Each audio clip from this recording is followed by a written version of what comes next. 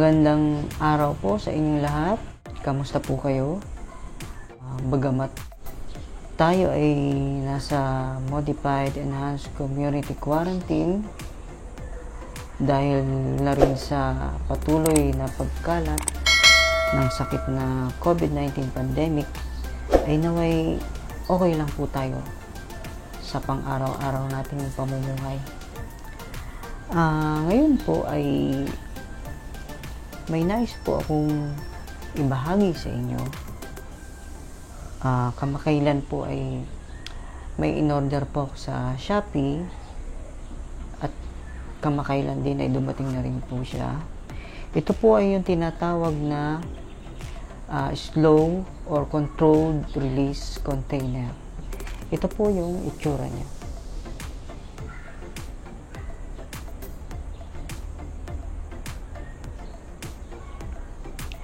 Tinawag po siyang slow or controlled release container kasi ang nilalagay po sa kanya na fertilizer, nilalagay po siya ng fertilizer sa loob, which is yung tinatawag din na slow or controlled release fertilizer. Ang isa pong halimbawa na fertilizer na slow release ay yung tinatawag nating Osmocote. Ang itsura po niya ay parang munggo na matigas, gano'n din kaliliit o mas maliliit pa ng konti doon. Ito pong Osmocote na ito ay inilalagay po dito sa loob, then tatakpan, tapos itutusok sa ating mga orchids. Then, kapag sa tuwing tayo magdidilig at tuwing mauulanan siya, magre-release siya ng katas galing dito sa mga butas-butas na yan. Magre-release siya ng katas, then pupunta siya doon sa mga bunot na nakalagay doon sa ating orchids, then sisip-sipin siya ng mga ugat ng ating orchids, or kakatas siya dun sa lupa, then sisip-sipin siya ng mga ugat na magiging pagkain ng ating mga halaman. Yun po yun. Yung slow release fertilizer na katulad nga ng Osmocote ay nagtatagal siya ng 5 hanggang 6 na buwan na nagiging pagkain ng ating mga halaman. Slow release siya kasi hindi siya madaling malusaw. Hindi siya madaling matunaw kasi coated siya. Kaya matipid siyang fertilizer. Mamaya po, papakita ko po sa inyo kung ano itsura ng Osmocote fertilizer at kung paano siya i-apply, ilagay dito, and then tutusok po natin kung saan parte po doon sa halaman. Ito po yung sinasabi ko na fertilizer. Ang pangalan po niya ay Osmocote. Ayan. Ang nandito po sa akin ngayon ay yung tinatawag na balanced fertilizer. Kasi yan po yung NPK niya, 14-14-14. So, kaya tinawag na balanced fertilizer po yan. Ito po ang itsura niya.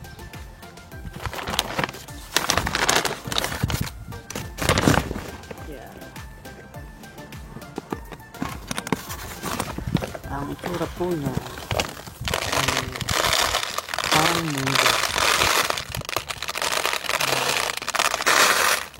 Parang munggo siya.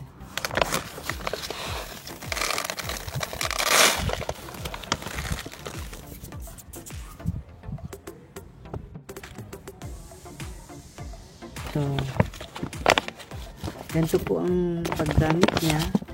Ito po yung control release cap. So, ito po yung Osmocote na tinatawag na control release fertilizer. Ang gagawin nyo lang po is lalagyan nyo lang po yung yung cup, yung fertilizer, tapos takpan nyo, may lock po yan. Ayan na po siya.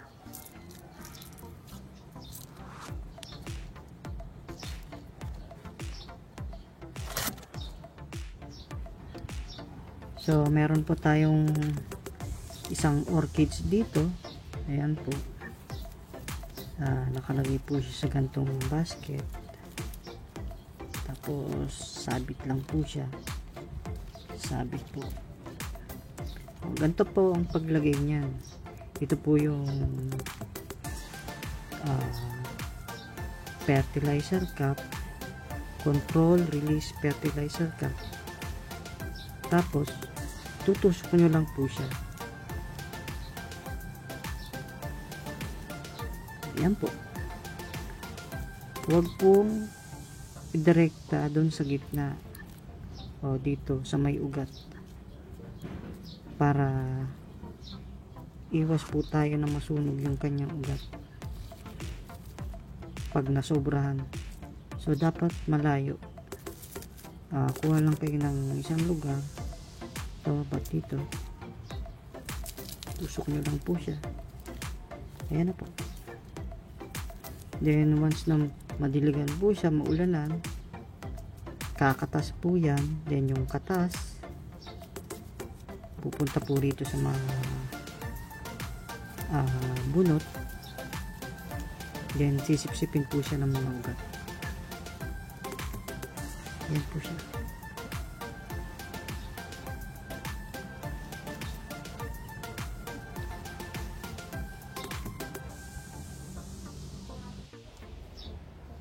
So ayan na po siya, nakasabit na po.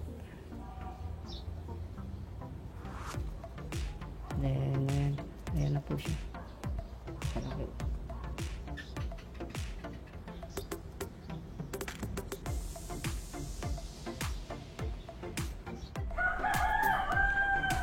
Ito po yung mga ilang inaalagaan kong cactus.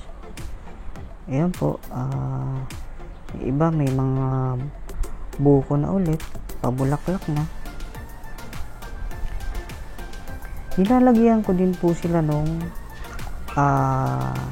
tinatawag na yung osmocot. Ayan po siya sa mga gilid-gilid. Nakikita nyo po yan.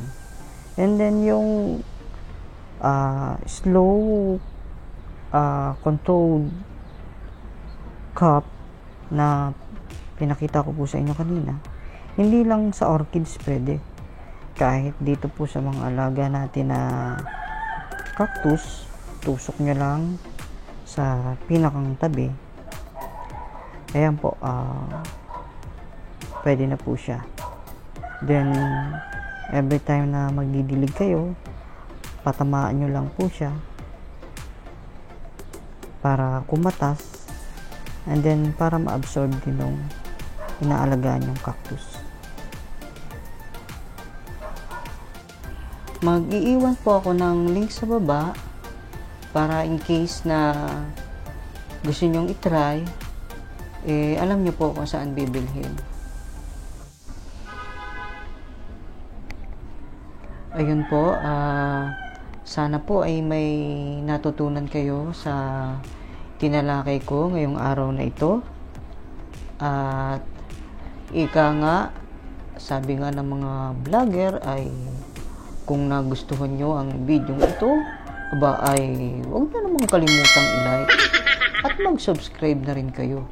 At kung kayo ay may katanungan, huwag lang po kayong mahiyang magtanong. Napaglaan kayo ng inyong mga comments and suggestion sa comment section ng video ito. At marami pong salamat sa inyong panunood. Hanggang sa muli nating talakayan. Ingat po tayong lahat. Stay safe. And God bless po sa ating lahat. Marami pong salamat.